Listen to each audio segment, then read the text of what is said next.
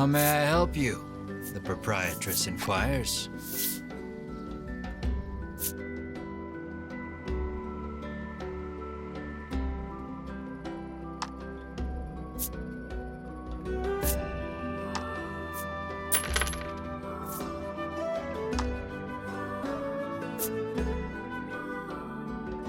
Will that be all? The proprietress asks.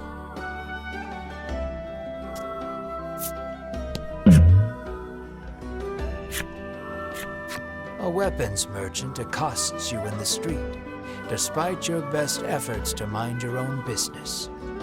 He speaks to you in a voice barely above a whisper. You want the most powerful weapon there ever was?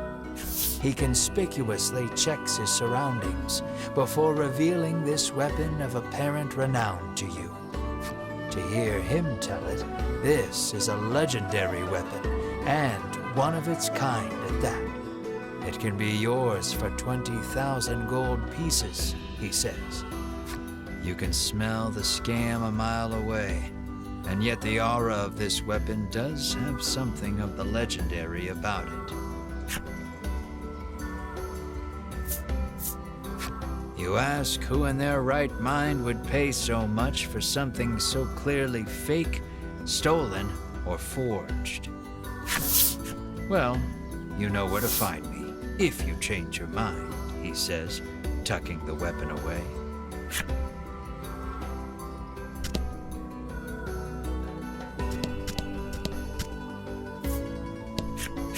The old man kindly warned you of the dangerous monsters outside of town.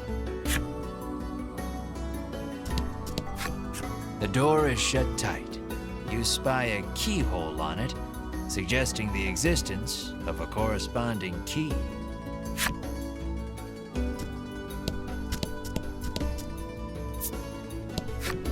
The child says you should see Nexton as soon as you leave the castle town. You peek inside the carriage shop only to hear the owner call out that they're closed. Guess you won't be making use of them after all.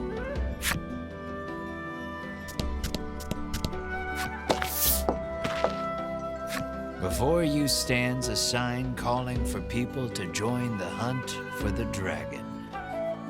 Earlier, you saw the bit about the handsome reward for whoever slays the dragon and hightailed it to the castle. A woman stares at the sign, transfixed. Her face curls into a scowl as she notices you. Monster! The woman cries and flings magic at Mar. Startled by the spell, Mar grows dizzy.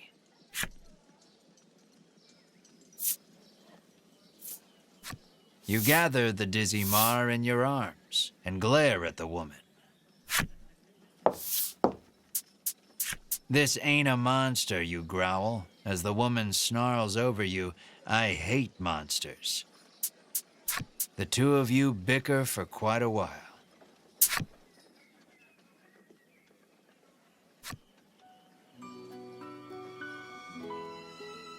In the end, the woman admits she may have jumped to conclusions, but stubbornly refuses to apologize. Inwardly, you call her unsavory names as your attention shifts to a different topic of conversation.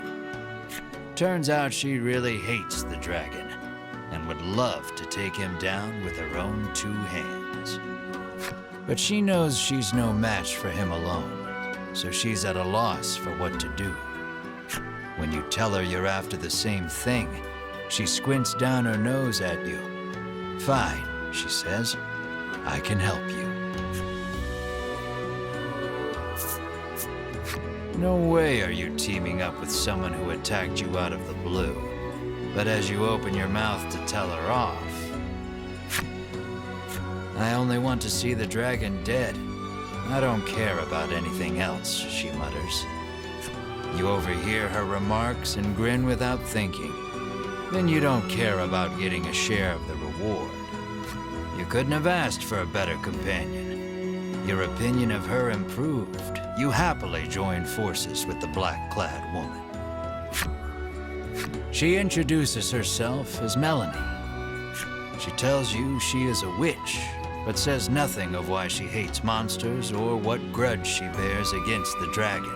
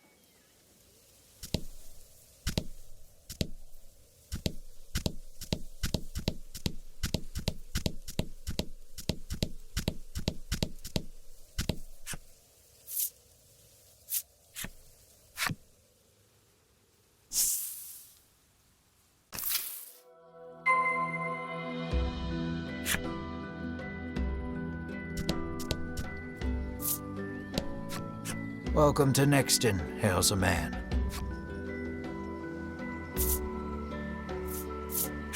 You try asking the man if he knows anything about the dragon. The man's eyes widen. He leans close, cupping his hand to his mouth. Welcome to Nexton, he whispers in your ear.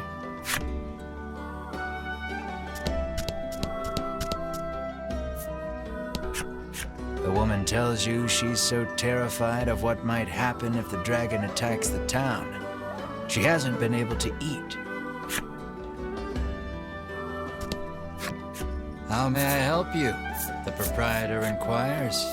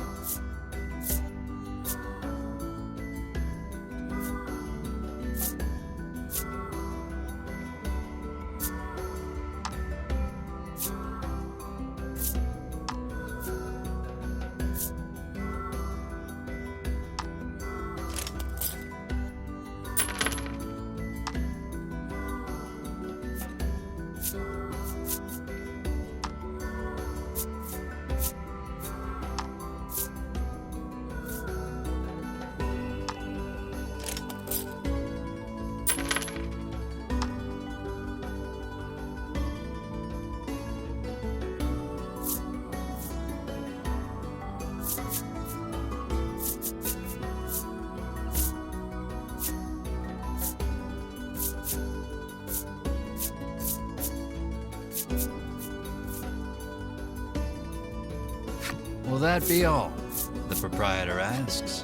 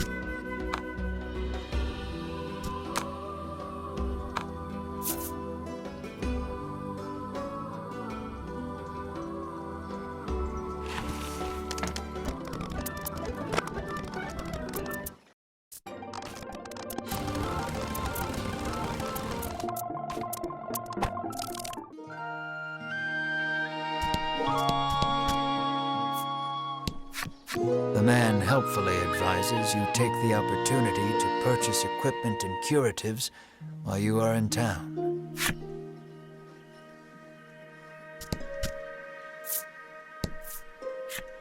A woman sits hunched over by the side of the road. Upon catching sight of you, She calls out for your aid. She sprained her ankle and needs you to take her to the nearby apothecary.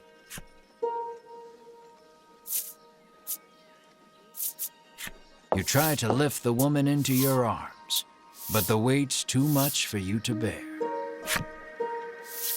You lay the woman back down where you found her and mutter a quiet farewell before turning to leave. Upon seeing that, Melanie snaps. What kind of person are you?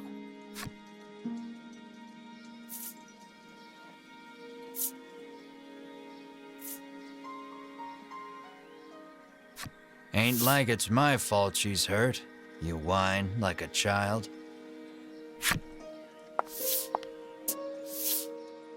Ignoring you, Melanie gingerly helps the woman up. Mar bends so the woman can get on his back, and the two of them head off in search of the apothecary. You watch them walk away for a moment before following, complaining to yourself about what a waste of time this is.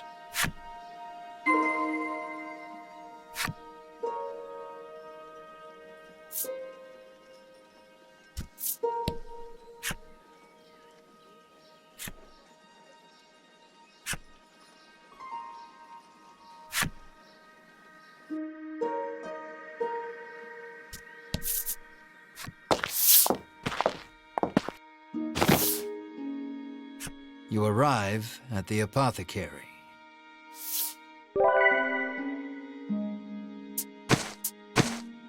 After taking a curative, the woman begins hopping up and down.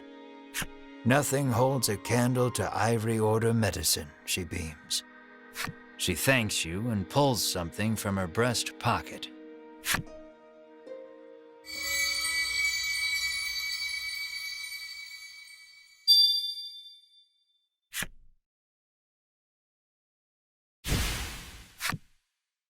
You've helped someone, albeit not quite out of the goodness of your own heart. It might be a good idea to do that again, should you come across anyone else in need of assistance.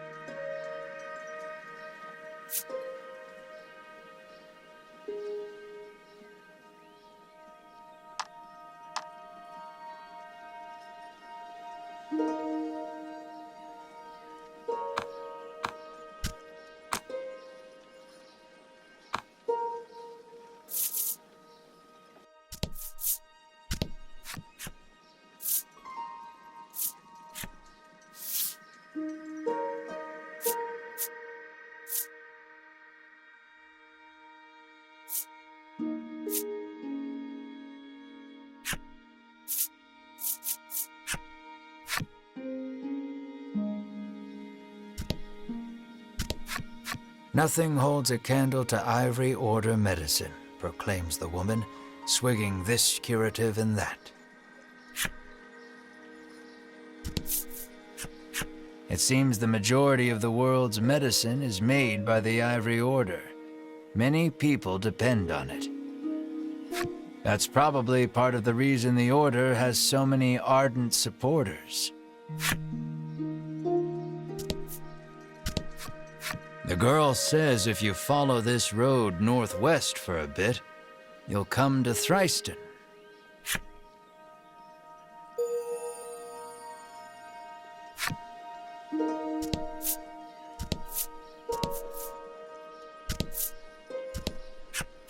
On your way to defeat the dragon, are you?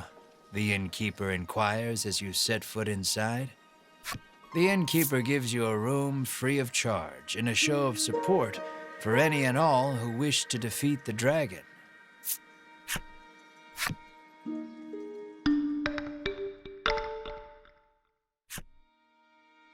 The party leaves the inn feeling rested. Apparently, a monster researcher lives in Nexton and might know something about the dragon.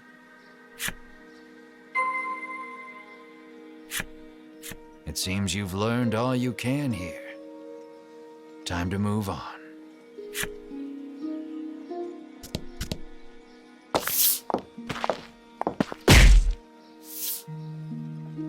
As your eyes roam everywhere but the path you walk, you barrel right into someone.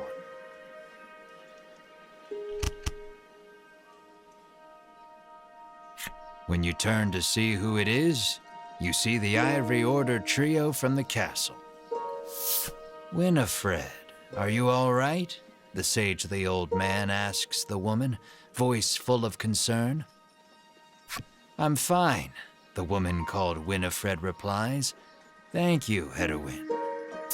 Berwin, the old man calls, turning to their stoic companion. He jerks forward, as if to defend Hedwin and Winifred. The trio advances on you.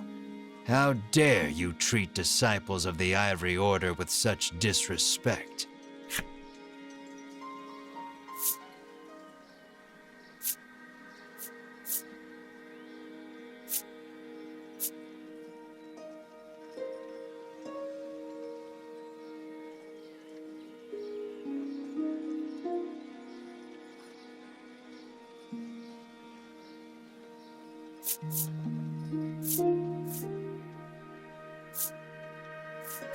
You fall to your hands and knees, pressing your forehead to the dirt in supplication. I offer my life as restitution, you sob. Winifred stares at you, bewildered you would go to such ridiculous lengths to apologize. Muttering a half-hearted apology, you try to keep walking. But that's when you notice something in your hand. Looks like you accidentally grabbed Winifred's coin purse when you ran into her. Thief, bellows Berwin, drawing his weapon. Guess you've got to fight your way past.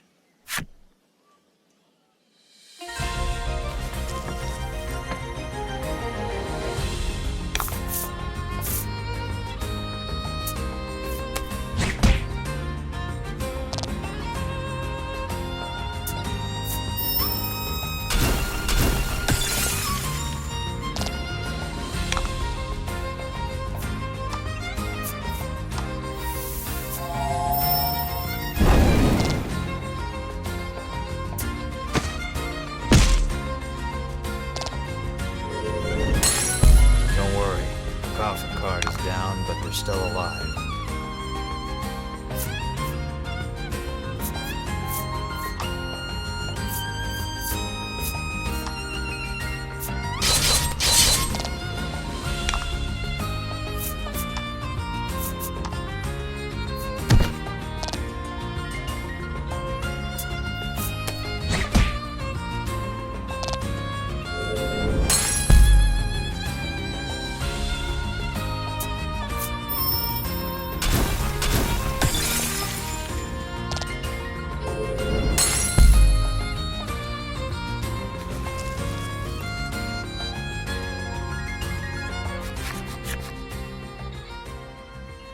The Ivory Order laid you out flat. The Ivory Order trio looks at you like they can't believe such a weakling would even try to hunt down the dragon. Taking pity on your ineptitude, the Ivory Order trio uses their magic to heal your wounds. We mustn't tarry any longer. to the monster researcher of Thryston with us, Hedwin urges his companions and the trio depart.